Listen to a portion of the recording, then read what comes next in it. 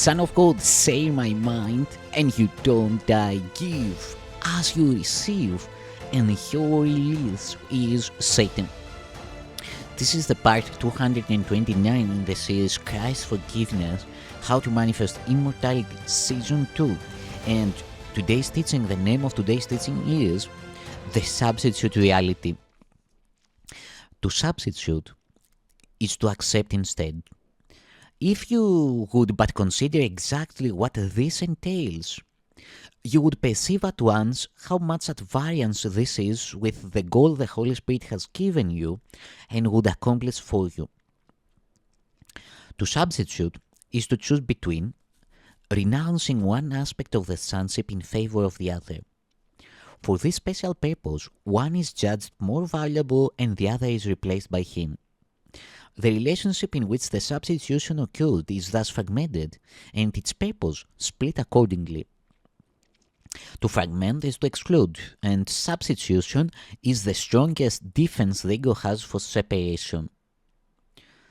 The Holy Spirit never uses substitutes. Where the ego perceives one person as a replacement for another, the Holy Spirit sees them joined and indivisible. He does not judge between them, knowing they are one. Being united, they are one because they are the same. Substitution is clearly a process in which they are perceived as different. One would unite, the other separates. Nothing can come between what God has joined and what the Holy Spirit sees as one. But everything seems to come between the fragmented relationships the ego sponsors to destroy. The one emotion in which substitution is impossible is love. Fear involves substitution by definition, for it is love's replacement. Fear is both a fragmented and fragmenting emotion. It seems to take many forms, and each one seems to require a different form of acting out of for satisfaction. While this appears to introduce quite variable behavior, a far more serious effect lies in the fragmented perception from which the behavior stems. No one is seen complete. No one is seen complete. The body is emphasized with special emphasis on certain parts and used as the standard for comparison of acceptance or rejection for acting out a special form of fear. You who believe that God is fear made but one substitution. It has taken many forms because it was the substitution of illusion for truth, of fragmentation for wholeness. It has become so splintered and subdivided and divided again over and over that it is now almost impossible to perceive it once was one and still is what it was. That one error which brought truth to illusion, infinity to time, and life to death was all you ever made. Your whole world rests upon it. Everything you see reflects it, and every special relationship that you have ever made is part of it. You may be surprised to hear how very different is reality from what you see.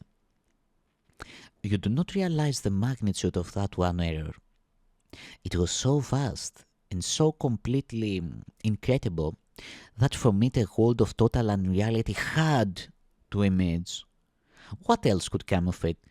Its fragmented aspects are fearful enough as you begin to look at them. But nothing you have seen begins to show you the enormity of the original error, which seemed to cast you out of heaven, to shatter knowledge into meaningless bits of disunited perceptions, and to force you to make further substitutions. That was the first projection of error outward. The world arose to hide it and became the screen on which it was projected and drawn between you and the truth. For truth extends inward, where the idea of loss is meaningless and only increase is conceivable. Do you really think it's strange that a world which everything is backwards and upside down arose from the projection of error? From this projection of error? For truth brought to this could only remain within in quiet and take no part at all in all the mad projection by which this world was made. Call it not sin, but madness, for such it was, and so it still remains. Invest it not with guilt, for guilt implies it was accomplished in reality. And above all, be not afraid of it. Be not afraid of it. When you seem to see some twisted form of the original error rising to frighten you, say only, God is not fear, but love, and it will disappear. The truth will save you. It has not left you to go out into the mad world and so to depart from you. Inward is sanity. Insanity is outside you. You but believe it the other way, that truth is outside, and error and guilt within.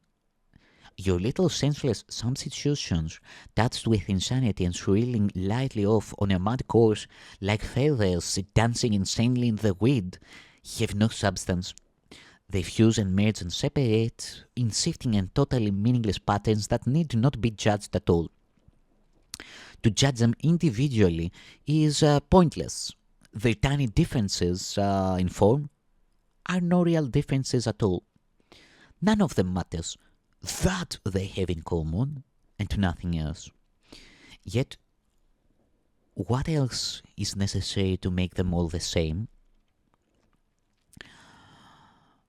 Let them all go, dancing in the wind, dipping and turning, dancing in the wind, dipping and turning till they disappear from sight, far, far outside of you, and turn you to the stately calm within, where in holy stillness dwells the living God you never left and who never left you. The Holy Spirit takes you gently by the hand and retraces with you your mad journey outside yourself, leading you gently back to the truth and safety within. He brings all your insane projections and the wild substitutions that you have placed outside you to the truth. Thus, he reverses the course of insanity and restores you to reason.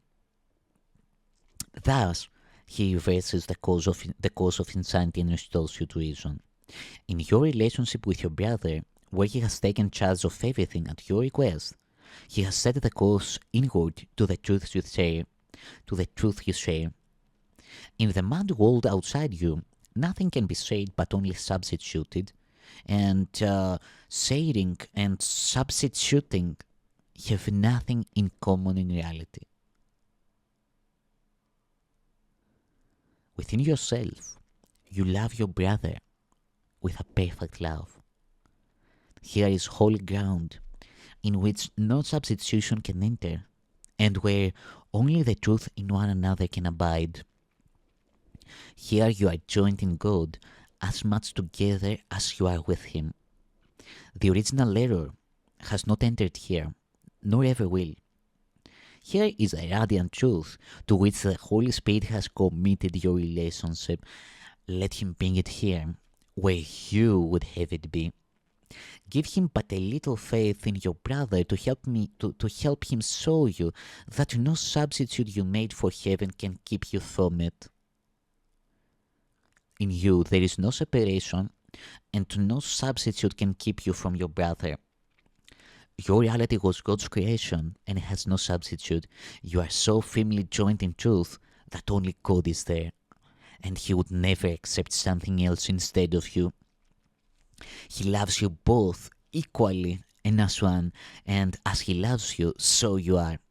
You are not joined together in illusions, but in the thought so holy and so perfect that illusions cannot remain to darken the holy place in which you stand together. God is with you, my brother. Let us join Him in peace and gratitude and accept His gifts as our most holy and perfect reality which we share with Him, in Him. Heaven is restored to all the sonship through your relationship, for in it lies the sonship, whole and beautiful, safe in your love. Heaven has entered quietly, for all illusions have been gently brought into the truth in you, and love has signed upon you blessing your relationship with truth. God and His whole creation have entered it together. How lovely and how holy is your relationship with the truth shining upon it. Heaven beholds it and rejoices that you have let it come to you. The universe within you stands with you together. And heaven looks with love on what is joined in it along with His Creator, along with its Creator. Whom God has called should hear no substitutes. Their call is but an echo of the original error that shattered heaven, and what became of peace in those who heard. Return with me to heaven, walking together out of this world and through another to the loveliness and joy the other holds within it. Would you still further weaken and break apart what is already broken and hopeless? Is it here that you would look for happiness? Or would you not prefer to heal what has been broken and join in making whole what has been ravaged by separation and disease? You have been called together with your brother to the most holy function this world contains. It is the only one that has no limits and reaches out to every broken aspect of the sonship, to every broken fragment of the sonship with healing and uniting comfort. This is offered you in your holy relationship. Accept it here, and you will give as you have accepted. The peace of God is given you with the glowing purpose in which you join. The holy light that brought you together must extend as you accepted it. Thank you.